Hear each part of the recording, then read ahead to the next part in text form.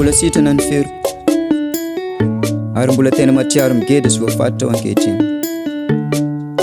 Mafy reny bady hoe tondrona manko dia azo lazana azy ihany koa. Malahelo ny foko satria tapitra nodimandra avokoa ireo olo-mangany Madagasikara, ka efa niverina tsikelikely ihany koa ankehitriny ireo fanandevozana ataon'ireo foasoritra antsika malagasy.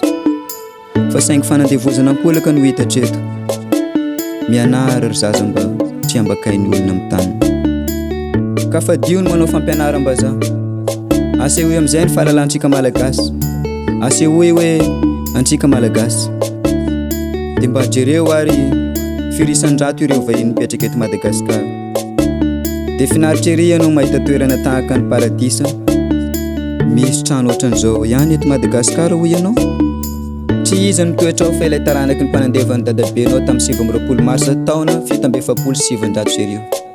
Izy no miady anara-panangokarena eto Madagasikara, fa ianao tompo-toerana matorena amin'ny sisin-dalana, miaritra ny asika sy orana mifofofo, miaro rivotra no sady mandefa rivotra satria voko rivotra. Ny taranaka no nany fotoana mianatra ny teniny, satria izy no mandraka no sady mpampiasa.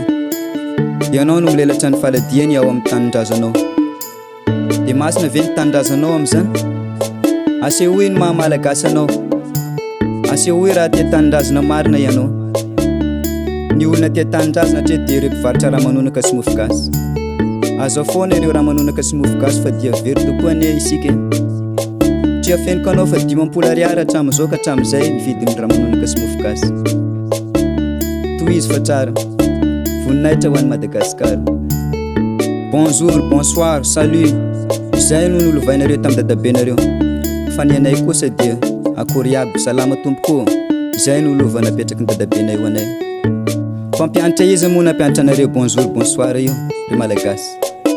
Ny mahasarotra ny fiainana ankehitriny dia toroko fa ireo vahin'ireo ihany no ireo fifindra-monina trokotroko, ka feno karazan'olo i Madagasikara, ka ny malagasy no atao lafoka no sady tsisy pasy, no sady miady an-tragno veloma ry malagasy.